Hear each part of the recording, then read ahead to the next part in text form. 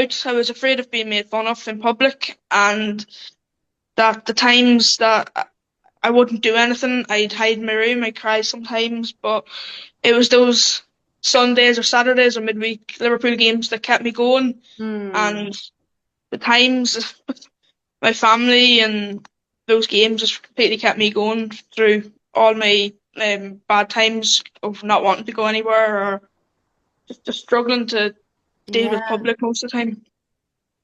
Yeah. And is that's changed completely now, I'm guessing, after your internet fame? That's it's It quite a has, different yeah, situation. it definitely has, yes. Yeah. Are you stopped all the time for selfies and things like that? I'm stopped all the time to talk to people and take pictures. Yeah, it's especially in Liverpool, it's definitely a lot. Yeah, I can imagine. Like superstar everywhere you go. Very, very cool. Yes, he's got his momager there